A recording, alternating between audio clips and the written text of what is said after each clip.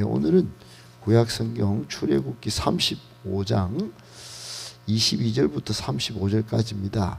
구약성경 137쪽에 있습니다. 출애굽기 35장 22절부터 35절까지 오늘 우리에게 주시는 말씀으로 받겠습니다. 22절부터 한 절씩 35절까지 교독하겠습니다. 곧 마음에 원하는 남녀가 와서 팔찌와 귀고리와 가락지와 목걸이와 여러 가지 금품을 가져다가 사람마다 여호와께 금 예물을 드렸으며 청색, 자색, 홍색 실과 가는 배실과 염소털과 메다리 가죽이 있는 자도 가져왔으며 은과 노스로 예물을 삼는 모든 자가 가져다가 여호와께 드렸으며 섬기는 일에 소용되는 조각목이 있는 모든 자는 가져왔으며 설교로 모든 손수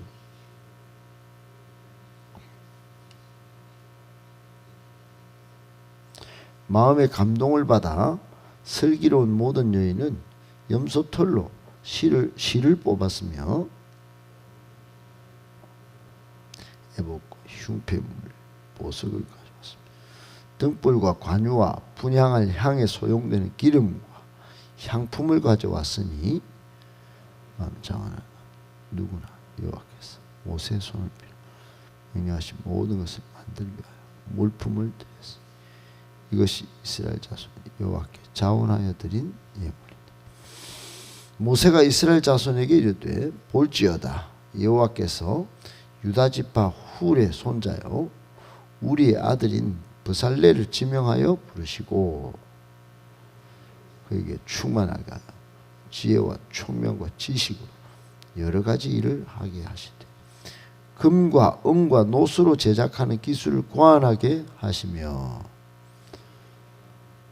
나무를 새기는 여러 가지 정교한 일을 하게 하시고 또 그와 단 지파 아히사막의 아들 오홀리압을 감동시키사 가르치게 하시며 지혜로운 마음을 그들에게 충만하게 하사 여러 가지 일을 하게 하시되 조각하는 일과 세공하는 일과 청색, 자색, 홍색 실과 가는 배실로 수놓는 일과 짜는 일과 그 외에 여러 가지 일을 하게 하시고 정교한 일을 고안하게 하셨느니라.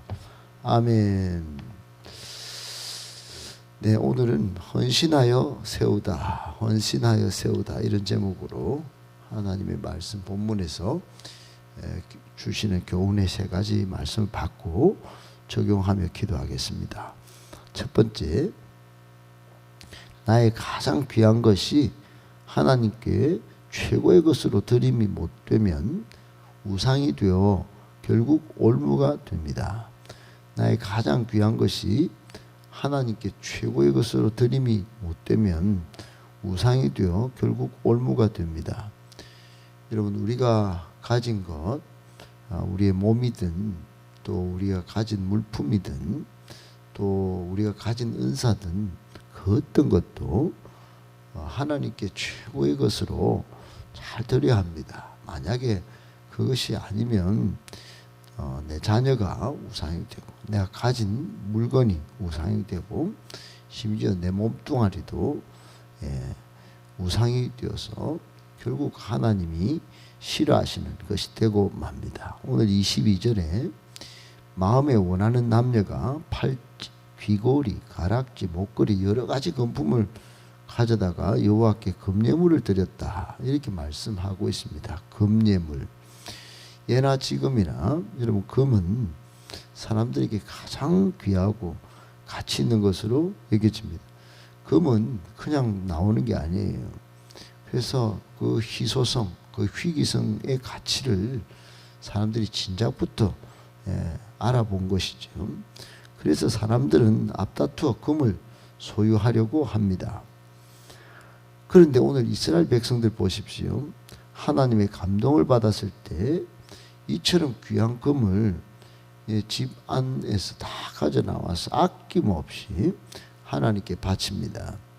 그것은 하나님의 성막을 아름답게 짓는 일이 무엇보다 소중하고 가치 있다는 걸 분별했기 때문이지요. 이런 분별력이 참 중요합니다. 하나님을 섬기는 것이 내 인생 챙기는 것보다 더 중요하다. 하나님을 경외하는 지혜가 있었죠. 성령의 사람은 하나님의 일을 우선시할 줄 아는 사람입니다. 그러니까 이 이스라엘 백성들이 지금 이 성막에다가 최고의 가치를 부여하고 자기의 집 또 자기를 꾸미는 것보다 귀걸이, 가락지, 팔찌, 목걸이 얼마나 중요했겠어요. 근데 성막을 꾸미는데 제1 우선순위를 두었다 하는 겁니다. 그렇습니다. 여러분, 하나님을 제1로 아는 사람은 자기가 가진 것 중에 제일 귀하고 가치 있는 보배로운 것을 하나님께 아낌없이 드립니다. 대표적인 인물이 바로 예수님께 향유를 부었던 마리아죠. 그녀는 지극히 비싼 향유를 장래 자신의 신랑에게 부어야 할 것을 주님의 발에 붓고 자신의 귀한 머리털로 주님의 발을 씻음으로 주님을 제1로 아는 자신의 믿음을 증명해 보였죠. 증명해 보인 겁니다. 또 한 사람이 한 가난한 과부입니다.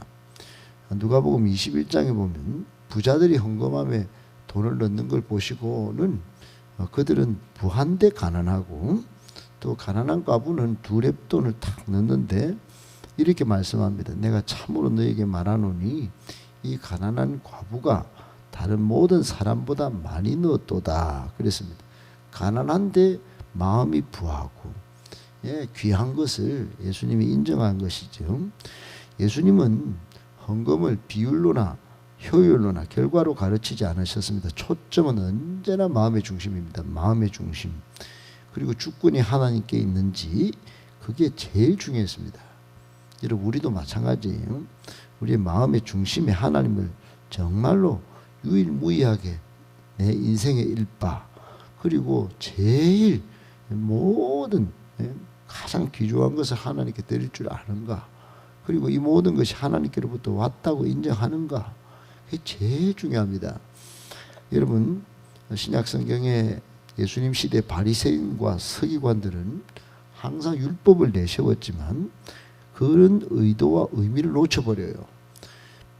반대로 어려울 때만 뜨겁고 눅눅해지면 여러분 믿음도 여러분 우리가 경계할 줄 알아야 합니다. 하나님은 우리가 빨리 이기기보다 깊이 이기길 원하세요. 문제 해결보다 내 안에 내 마음의 왕좌에 하나님을 최고로 여기고 모셔야 하는 거예요. 중심에 주님을 모셔야 한다는 겁니다. 사람 앞에 체면 또는 팔로우, 인기, 박수가 아니라 하나님 앞에 칭찬, 인정, 하나님을 최고로 경외해야 한다는 겁니다. 주님은 이처럼 이 가난한 과부처럼 헌금함 앞에서 외형 체면을 보지 않으시고 중심을 보셨습니다. 부자들에겐 많음의 적음을 보셨고 과부에겐 적지만 많음, 적지만 최고의 중심, 하나님에 대한 주권을 보신 것입니다. 여러분, 오늘 본문에 마음에 원하는 남녀가 기꺼이 금을 아낌없이 드리는 것을 보면서 우리가 받는 교훈이 뭘까요? 우리의 지금 삶이 좀 초라하다고 생각한다면 내려놔야 합니다. 하나님은 적음으로도 많음보다 더 많게 하시는 분이시기 때문이에요. 하나님은 돈의 하나님, 규모와 결과만 보시는 하나님이 아니셔요. 그러므로 시간과 재능, 물질이 적어서 위축되거나 또 비교 열등감을 가지거나 하지 말고 오히려 마음의 중심을 보시는 하나님, 자금으로도 가장 귀하게 보시고 가장 귀하게 여기시는 그런 우리 주님께 최고의 것으로, 최상의 것으로 드리면 크게 쓰시고 귀하게 쓰시고 아름답게 쓰신 하나님을 기억하면서 나의 가장 귀한 것을 기꺼이 드릴 줄 알기를 바랍니다. 만약에 그렇지 않으면 이게 우상이 되어서 결국 나를 올가매고 그것이 올무가 된다는 것 꼭 기억하고 여러분 최상 최고의 것을 하나님 앞에 아낌없이 드려서 인정받고 칭찬받는 우리 모두가 되기를 예수님의 이름으로 축복합니다. 아멘. 두 번째, 다른 성도의 본이 되는 삶을 살아가면 하나님이 기뻐하시는 일들을 이루어가게 됩니다. 다른 성도의 본이 되는 삶을 살아가면 하나님의 기뻐하시는 일들을 이루어가게 됩니다. 우리는 누구나 하나님의 일을 잘 하려고 마음은 갖고 있습니다. 근데 이게 잘 될지 안 될지 잘 모르죠. 그때 오늘 이 말씀을 기억해야 합니다. 내가 다른 성도에게 본이 되는 삶을 먼저 한번 살아봐야 되겠다. 여러분 25절 26절에 마음이 슬기로운 모든 여인들이 각색 종류의 실들을 손수 빼서 가져옵니다. 또 염소털로 실도 뽑습니다. 실을 짜고 빼는 일, 정말 섬세한 기술이 필요하죠. 여인들은 자신들의 기술을 이용해서 정성껏 실을 짜고 빼서 하나님 앞에 드립니다. 그리고는 성막을 꾸미는데 아주 일조하죠. 여자라고 빼지 않습니다.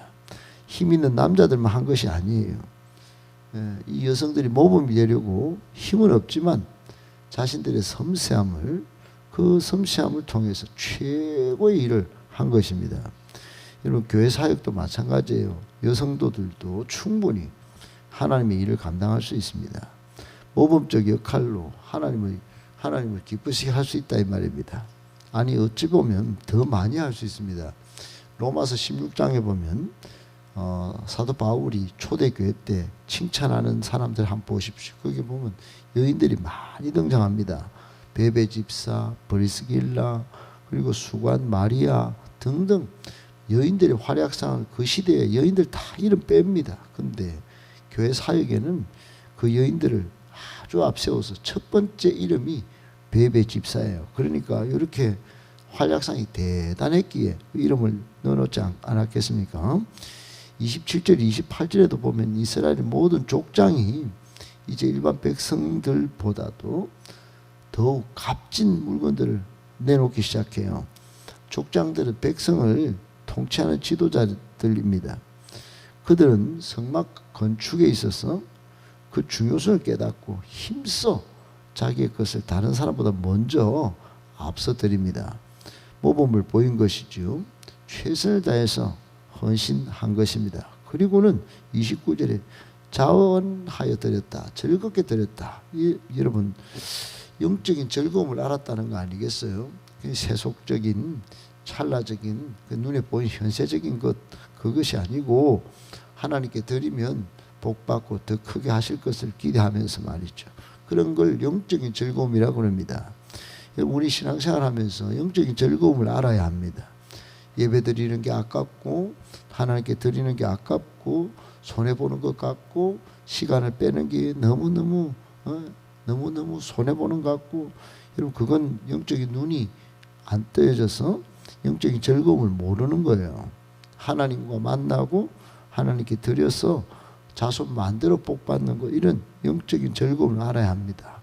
오늘 여인들 또 족장들이 보이는 신앙의 모습들 가운데 그런 것이 발견되는 것이지요. 우리가 받는 두 번째 교훈, 여러분 예수님도 항상 모범을 보이면서 제자들을 세우셨습니다. 심지어 발도 씻어주시면서 사랑과 섬김을 보여주셨어요. 급기야 십자가의 희생과 사랑도 보이셨습니다. 우리도 그래야 합니다. 우리 일꾼들은 다른 성도의 본이 되는 삶을 살아갈 때 정말 하나님이 우리를 기뻐하시면서 더 많은 일을 효과적으로 더 크게 또 영광스럽게 이루어가게 하실 것입니다. 그러므로 작은 행복 모임이라도 소홀히 여기지 말고 또 셀에서 성도를 돌아보는 일도 소홀히 여기지 말고 정말로 귀히 여겨서 하나님의 일을 더 영광스럽게 같이 잘 이루어가는 저와 여러분들 되시길 예수님의 이름으로 축복합니다. 아멘. 마지막 세 번째, 하나님의 부르심을 받은 사명자로 사는 것은 축복이요 영광입니다. 하나님의 부르심을 받은 사명자로 사는 것은 축복이요 영광입니다.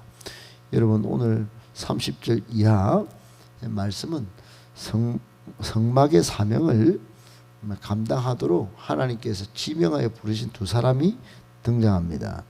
부살렐, 오홀리압, 아주 복받은 정말로 이 사람들 대단한 사람들입니다. 그 많은 250만 명 중에 딱 두 사람, 부살렐과 오홀리압을 하나님이 지명하여 부르시고 하나님이 영을 충만하게 하십니다. 그리고 그 지혜와 총명과 지식으로, 여러분 하나님의 영이 충만한 사람은 반드시 지혜도 총명도 지식도 또 충만하게 됩니다. 그래서 여러 가지 일을 하게 하시는 장면입니다. 그 부살렐과 오홀리압이 성령으로 감동되어 지혜로운 마음으로 백성들을 또 일으켜서 성막을 같이 건축하는 위대한 사명자로 쓰임받는 그런 장면입니다. 하나님은 사명자를 부르시고 일할 수 있도록 지혜와 총명과 지식을 허락하십니다. 한 신문 칼럼 기사의 기독신문인데 한 권사님이 돌아가셨어요. 통증이 계속되는 가운데 이런 고백을 남기셨습니다. 나는 죽는 것은 두렵지 않습니다. 아버지 하나님께로 가기 때문입니다. 다만 주신 사명 다 하지 못하고 가는 것 같아 죄송할 뿐입니다. 그런 말을 남겼다고 합니다. 여러분, 이분은 그나마 진짜 사명에 대한 우선순위를 기억하고 있었던 것 같습니다. 여러분, 사도 바울은 예루살렘으로 올라가면서 사명을 세 가지로 표현했습니다. 첫째는 달려갈 길이다. 둘째는 주 예수께 받은 것이다. 셋째는 생명조차 조금도 귀한 것으로 여기지 않는다. 사도행전 20장 24절에 그렇게 말합니다. 내가 달려갈 길, 주 예수께 받은 사명, 곧 하나님의 은혜 복음을 정언하는 일을 마치려면 나의 생명조차 조금도 귀한 것으로 여기지 않는다. 사명자입니다. 사명자예요. 바울은 정말로 사명자입니다. 복음 정언하는 일, 이건 최고의 것으로 여겼어요. 여러분, 복음은 모든 믿는 자에게 구원을 주신 하나님의 능력이기 때문에, 그리고 하나님 나라를 이루는 방법이기 때문에 사도 바울은 예수님과 똑같이 하나님 나라를 위한 복음 전파에 헌신할 수 있었습니다. 정말로 자신의 남은 전 생명을 아낌없이 복음 전파의 사명을 다하고 그렇게 간 사람이 바울이라는 겁니다. 여러분, 사람마다 사명이 다른 것 같지만 목표는 동일합니다. 하나님 나라와 복음이에요. 하나님 나라와 복음. 그래서 우리는 행복보다 거룩이란 말을 더 좋아하고 재미보다 사명이라는 말에 더 흥분합니다. 가슴이 뛰어요. 가족이 사명이고, 직장이 사명이고, 교회가 사명이고, 그리고 이 도시와 민족에게 하나님 나라가 오게 하는 게 사명입니다. 은혜 복음으로 하나님 나라가 온 열방에 임할 때까지 죄송한 마음으로 빚진 자의 각오로 달리고 또 달려야 하는 것입니다. 그리고 오래 걸리지 않고 주님이 다시 오실 것입니다. 꼭 기억하고 하나님의 부르심을 받은 사명자로 살아가야 합니다. 마지막 교훈, 하나님은 사명자들을 추수한 일꾼을 지금도 부르시고 계십니다. 사명을 감당할 수 있도록 지혜와 총명과 지식을 성령으로 기름 붓듯 부으시고 지금 일하고자 하십니다. 오늘 부살렐과 오홀리압을 그렇게 부르시고 저들을 감동시키셔서 지혜와 총명과 지식 허락하심을 여러분 보십시오. 우리도 사명자로 부르셨습니다. 하나님의 부르심을 받은 사명자로 사는 것 축복이요 영광인 줄 알고 하나님이 함께 하심을 믿고 주시는 지혜와 총명과 지식으로 사명을 잘 감당하여 주님 곧 오실 텐데 정말로 맞이할 때 부끄럼 없이 맞이할 수 있는 저와 여러분들 다 되시기를 예수님의 이름으로 축복합니다.